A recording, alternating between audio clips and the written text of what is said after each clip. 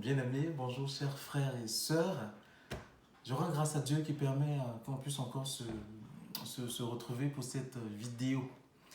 Voilà, je vais confier ce moment au Seigneur.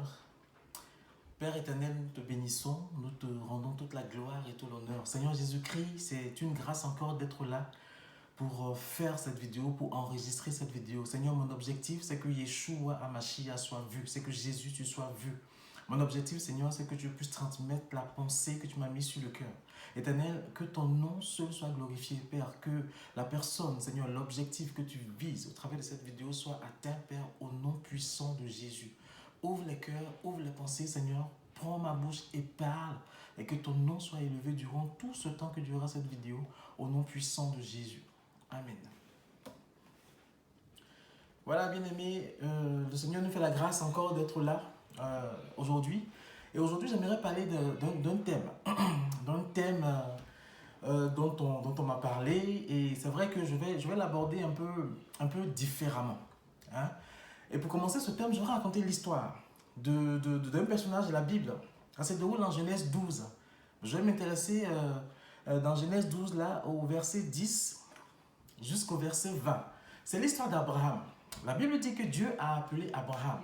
Et Abraham est parti. Dieu lui a dit les promesses qu'il voulait. Dieu lui a dit ce qu'il attendait de lui. Et à un moment donné, Abraham est arrivé sur un territoire que Dieu avait promis. Il y avait la famine.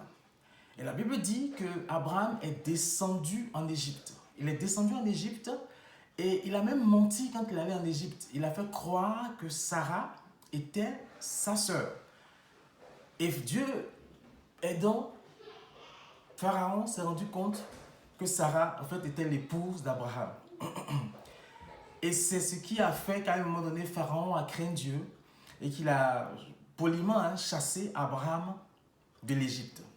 Et la question que je me pose, est-ce que Abraham, étant en Égypte, pouvait rentrer dans la promesse de Dieu? Est-ce que la promesse que Dieu a faite à Abraham d'avoir Isaac pouvait se passer en Égypte? Je crois que non. C'est-à-dire que tant que Abraham était en Égypte, tant que Abraham vivait en Égypte, la promesse de Dieu ne pouvait pas se réaliser. Les bénédictions de l'Éternel pour lui ne pouvaient pas intervenir. Les grâces que Dieu a prévues pour lui ne pouvaient pas arriver ici. C'est-à-dire que Dieu, dans sa souveraineté, le plan qu'il a prévu pour Abraham, quand il lui a dit de quitter sa famille, de quitter sa maison, ne pouvait pas se passer en Égypte. Donc pour que le plan de Dieu pour Abraham puisse se réaliser, il fallait qu'à un moment donné, Abraham quitte l'Égypte. Abraham est descendu en Égypte parce qu'il pensait que là-bas, il aurait une meilleure situation à cause de la famine. C'est-à-dire qu'à un moment donné, il a douté, à un moment donné, il n'a pas cru, il a pensé trouver la solution chez un homme. Je m'adresse à quelqu'un, tu as quitté certainement le plan de Dieu, tu as quitté certainement la volonté de Dieu. À un moment donné de ta vie, je ne sais pas ce qui s'est passé, mais tu es sorti du plan de Dieu et tu es en Égypte. Tu es complètement en dehors de la volonté de Dieu. Et tu cherches un miracle. Et tu cherches une parole. Tu cherches un miracle de Dieu. Tu as fait des offrandes. Tu as élevé des autels. Tu as vu beaucoup d'hommes de Dieu qui ont prophétisé sur ta vie. Et le miracle que tu attends, frère, ma soeur, n'arrive pas. Mais ça n'arrive pas parce que tu es sur un territoire où Dieu n'a pas prévu de miracle pour toi. Tant qu'Abraham était en Égypte, Isaac ne pouvait pas naître. Isaac ne pouvait pas naître parce que Isaac devait naître à Canaan. Isaac devait venir à Canaan. Et c'est la descendance d'Isaac qui devait être esclave en Égypte. Ce n'est pas le père Abraham ni le futur ancêtre. Isaac devait être en Égypte. C'est les descendants. Et tant que tu es en Égypte, la promesse de Dieu ne peut pas s'accomplir. Je prends cette histoire-là pour faire comprendre quelque chose aux chrétiens. Mon thème aujourd'hui, c'est la volonté de Dieu et sa souveraineté sur notre vie. Aujourd'hui, on est dans une situation où les chrétiens ont oublié que la volonté de Dieu prime sur tout. On est dans une situation où les chrétiens ont oublié que c'est la souveraineté de Dieu sur notre vie qui prime sur tout. Frère, tant qu'Abraham était en Égypte, Isaac ne pouvait pas naître. Isaac ne pouvait pas naître. Je rappelle que quand on donne sa vie à Jésus, Dieu a tout un plan qu'il déroule pour nous. C'est-à-dire que les miracles liés à notre vie, les promesses liées à notre vie, même les épreuves, même les formations, même les difficultés liées à notre vie sont sur la route que Dieu a tracée pour nous. Quand nous sommes dans cette volonté-là, quand nous sommes dans cette route-là, la Bible dit que Dieu nous donne les moyens de pouvoir sortir des difficultés, de pouvoir sortir des épreuves, parce que nous sommes dans sa volonté. Mais si à un moment donné, on sort de la volonté de Dieu, il ne faudrait pas qu'on s'attende à voir un miracle de Dieu. Il ne faudrait pas qu'on s'attende à voir une promesse de Dieu se réaliser. Parce que la promesse que Dieu a faite, il l'a faite sur la parole qu'il t'a donnée, dans la volonté qu'il a tracée pour toi, dans le chemin qu'il a tracé pour toi. Et tant que tu marches dans ce chemin, tant que tu marches dans sa volonté, c'est alors que tu verras ses promesses. C'est alors que tu verras son miracle se réaliser dans ta vie. Parce que je veux te rappeler quelque chose. Ton Dieu est souverain. Amen. Ton Dieu, il est souverain. C'est-à-dire que quand tu lui as donné ta vie, là, il a décidé des plans pour toi. Et ce sont ces plans-là qui vont se réaliser dans ta vie. Ce n'est pas autre plan, frère. Tu as trop fait d'offrandes. Tu as trop élevé des hôtels. Tu as trop couru après les bishops, après les prophètes. Ta situation ne change pas. Est-ce que tu as pris le temps d'aller devant Dieu pour demander à Dieu, Seigneur, est-ce que je suis dans ta volonté? Seigneur, est-ce que je suis en Égypte? Seigneur, est-ce que je dois revenir à Canaan pour que ta promesse pour moi puisse s'accomplir? Souvent, c'est ça le problème des chrétiens.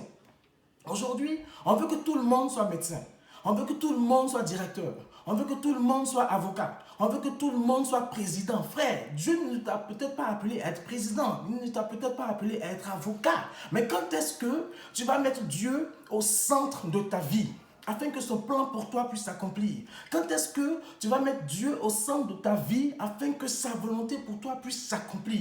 C'est mon terme aujourd'hui. Je suis attristé de voir que on est là, on veut incliner la main de Dieu pour qu'un miracle se passe. On veut prophétiser des miracles. On veut proclamer des choses. Mon frère, je veux t'apprendre quelque chose. Tu peux proclamer ce que tu veux. Tu peux incliner la main de Dieu autant de fois que tu veux. Mais si tu n'es pas sur le chemin qu'il a tracé, le miracle que tu cherches, tu ne l'auras pas. Simplement parce que tu cherches un miracle que Dieu n'a pas prévu pour toi. Tu cherches une volonté que Dieu n'a pas prévue pour toi. C'est la volonté de Dieu dans ta vie qui prime. Amen. Le Seigneur me disait quand je préparais ce message que prenons l'histoire du peuple d'Israël.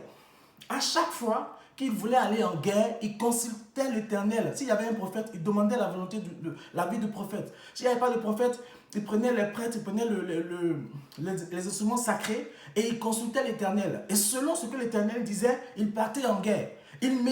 Tant qu'ils mettaient l'Éternel au centre et qu'ils avaient la volonté de Dieu, ils étaient victorieux. Quand ils oubliaient, ils perdaient la guerre. Parce que Dieu veut être au centre de ta vie. Dieu ne veut pas t'accompagner. Dieu ne veut pas être celui-là qui t'accompagne. Il est ton papa. Il est l'Éternel des armées. Il a fait la grâce de t'appeler son enfant. Mais pourquoi tu veux qu'il t'accompagne au lieu de le mettre simplement au centre de ta vie? Au lieu que ta vie tourne autour de lui. Au lieu que Dieu gère ta vie. C'est ce qu'il veut. Parce qu'il a tracé un chemin pour toi. Et pour que tu sois dans ce chemin-là, il faut que tu te soumettes à sa volonté. Il faut que tu te soumettes à son plan pour toi. Si tu sors de ce chemin, le miracle que tu attends ne va pas arriver. Il y a un homme de Dieu, il n'est plus sur la terre, je l'appréciais bien parce que quand tu viens le voir pour prier et que Dieu lui révèle que le miracle que tu attends, tu ne l'auras pas, il te dit, mon frère, tu es venu me voir, c'est bien, je vais prier pour toi. Mais l'Esprit de Dieu me dit que le miracle que tu attends, tu ne l'auras pas parce que tu n'es pas sur son chemin, tu n'es pas dans sa volonté. Frère, c'est vrai que le miracle est lié à notre vie. Sœur, c'est vrai que les miracles sont liés à nous. Mais c'est lié à nous à condition qu'on soit dans le carnaval de Dieu. C'est lié à nous à condition qu'on soit dans le plan de Dieu. C'est lié à nous à condition qu'on marche comme Dieu veut qu'on marche. Sinon, on va chercher des miracles que Dieu n'a pas prévus pour nous. Amen. Dieu me dit de te dire qu'il est souverain. Dieu me dit de te dire qu'il a prévu des plans pour toi. Ce sont ces plans-là qui vont s'accomplir pour toi tant que tu es dans sa volonté. Mais quand tu sors de sa volonté, il n'est pas obligé de t'aider. Il n'est pas obligé de venir te secourir. Mais dans sa grâce, il va te protéger. Mais il n'est pas obligé de te secourir. Et je peux te promettre, mon frère, je peux te promettre, ma soeur, que parce que tu es sorti de sa volonté, les conséquences là, tu vas en subir. Dieu va te protéger, mais il dit, je t'aime trop pour ne pas te laisser voir les conséquences, pour que tu vois que ce que tu as fait, ça m'a attristé. Quand tu sors de la volonté de Dieu, Dieu va te donner une injonction pour te ramener dans son plan. Mais il est obligé de te restaurer, il est obligé de te repréparer. Du coup, la bénédiction qui était pour toi, ça se retarde, ça tarde un peu. Ça va arriver, mais ça va retarder. Je veux dire à un enfant de Dieu, je veux dire à un serviteur de Dieu, je veux dire à une fille de Dieu, Je vous en supplie, remettons Dieu au centre. Ce n'est pas nous qui sommes au centre et puis Dieu nous accompagne. Remettons Dieu au centre parce qu'il me dit de te dire qu'il est souverain dans ta vie. Il me dit de te dire que sa volonté pour toi doit s'accomplir. Je vais lire 2 versets qui vont nous montrer un peu ce que j'entends par la souveraineté de Dieu et par sa volonté. En Daniel 4, verset 31-32, au terme du temps passé, au terme du temps annoncé, moi, Nabuchodonosor, je levai les yeux vers le ciel et la raison me revint. Je remerciai le Très-Haut, je louai celui qui vit éternellement, je proclamai sa gloire. Sa souveraineté est éternelle, son règne dure d'âge en âge. Tous les habitants de la terre ne comptent pour rien devant lui. Et il agit comme il entend envers l'armée des êtres qui vivent dans le ciel et envers les habitants de la terre. Personne ne peut s'opposer à ses interventions ou lui reprocher « Que fais-tu » Nabuchodonosor, le grand roi, a connu la souveraineté de Dieu. C'est-à-dire que là, Nabuchodonosor pouvait faire tout ce qu'il voulait. Il pouvait prendre tous les magiciens qu'il voulait. Personne ne pouvait empêcher la main de Dieu de faire ce qui était prévu. Je veux te dire, mon frère, prends l'archibishop, le surbishop que tu veux. C'est ce que Dieu a prévu pour ta vie là qui va s'accomplir. C'est ce que Dieu veut pour ta vie qui va s'accomplir. Mais pour que tu vois ce que Dieu veut pour ta vie, il faut que tu sois dans la volonté de Dieu. Tu veux acheter une maison. Et depuis que tu es dans ce projet-là, tu vois que ça ne va pas dans ta vie. Mais retourne auprès de Dieu et pose-lui la question. Parce que l'achat de maison a divisé beaucoup de couples, même chrétiens. Ils sont entrés dans une maison et leur couple s'est divisé parce qu'ils ont fait un achat que Dieu n'a pas prévu. Ils ont dit, Seigneur, je vais acheter une maison parce qu'ils ont prospéré, c'était normal. Mais Dieu n'a pas validé ça, ils ont eu des problèmes. Ma soeur, mon frère, tu vis pour faire plaisir à Dieu. Tu vis pour glorifier Dieu. Il faut faire les choses que Dieu a validées pour ta vie. C'est alors que tu verras sa gloire. Il faut faire les choses que Dieu veut pour ta vie. C'est alors que tu verras sa main. C'est alors que le miracle que tu veux pour ta vie va s'accomplir. Je pourrais prophétiser sur ta vie. Tous les hommes de Dieu pourraient prophétiser sur ta vie. Mais si tu es en dehors du plan de Dieu, tu ne verras aucun miracle, ma soeur. Tu ne verras aucun miracle, mon frère. Amen. Je veux que tu comprennes ça. Ça me tient vraiment à cœur. Job 42, 2 dit, je sais que tu peux tout et que rien ne peut faire obstacle à tes projets. C'est-à-dire que la seule chose qui peut faire obstacle au projet de Dieu pour ta vie, c'est que tu sortes de sa volonté. La seule chose qui peut faire obstacle au projet de Dieu dans ta vie, c'est qu'à un moment donné, tu as oublié Dieu, tu as fait comme Abraham, tu sois allé te réfugier dans un pays que Dieu n'a pas prévu pour toi. Mais la Bible dit que les projets que Dieu a pour toi, ce n'est pas les projets de malheur, c'est les projets de joie, c'est les projets de bénédiction, c'est la réussite, c'est la prospérité, mais à condition que tu sois dans ta volonté. L'évangile de Yeshua HaMashiach n'est pas un évangile pour te faire plaisir. C'est un évangile pour glorifier le nom de Dieu. C'est un évangile pour annoncer le royaume de Dieu dans ta vie. Mais ce royaume de Dieu, là, il faut marcher selon ses principes. Et ses principes, c'est que la vie de Dieu doit être en chacun d'entre nous afin que nous marchions dans le canevas, dans le chemin que Dieu a tracé pour nous.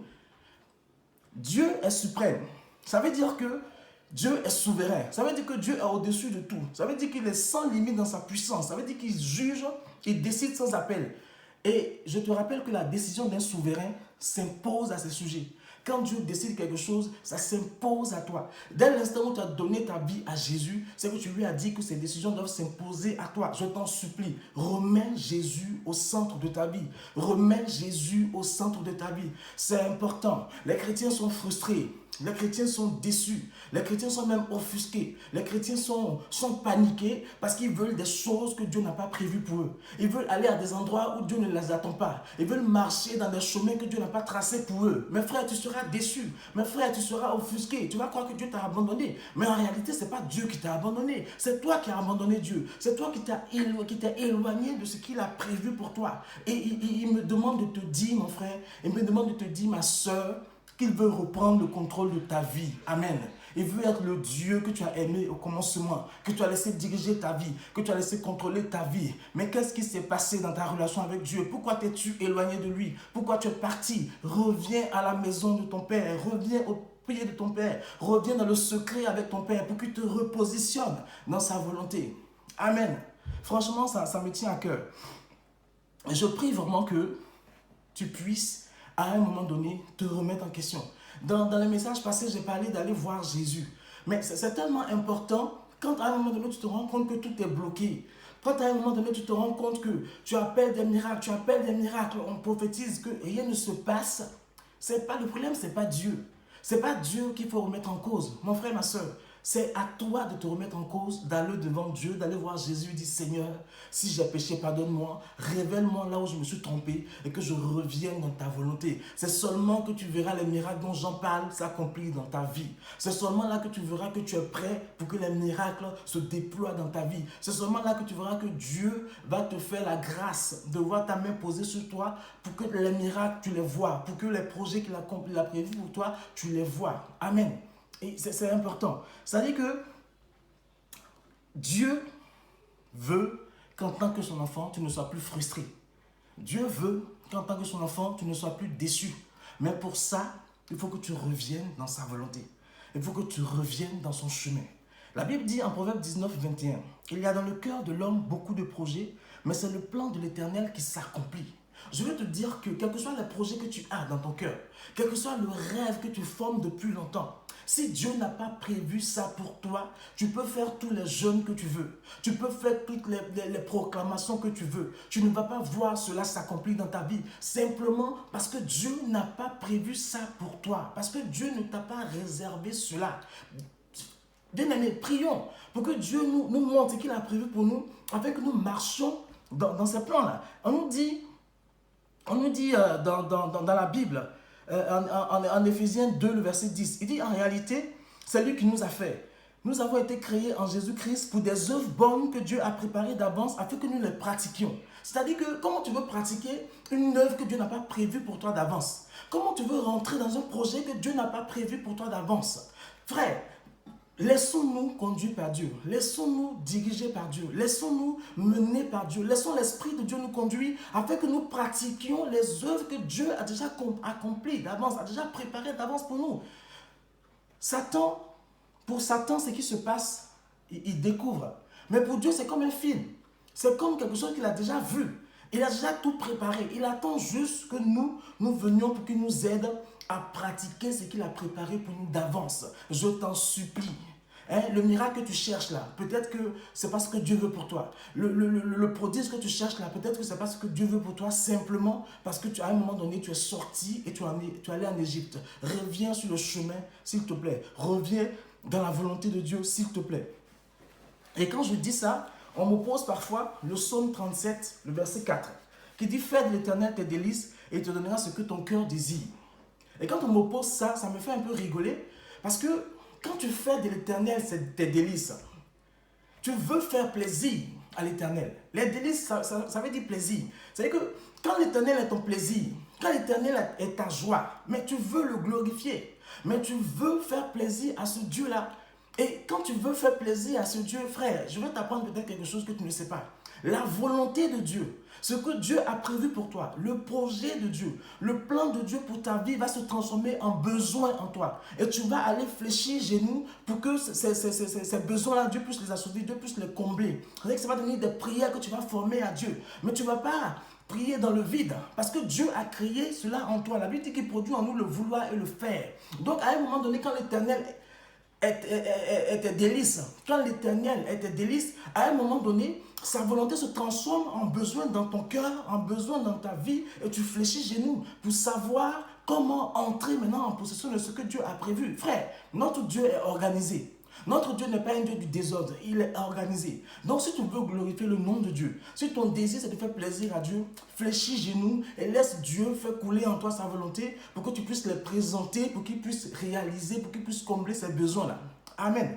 Je vais prendre l'exemple de Daniel.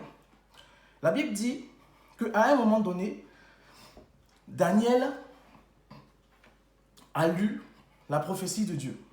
Et la Bible dit que Daniel a vu que les 70 ans étaient arrivés. C'est seulement que les 70 ans, il a vu que les 70 ans étaient arrivés, qu'il a dit qu'il va prier Dieu pour que Dieu puisse permettre que son peuple soit délivré.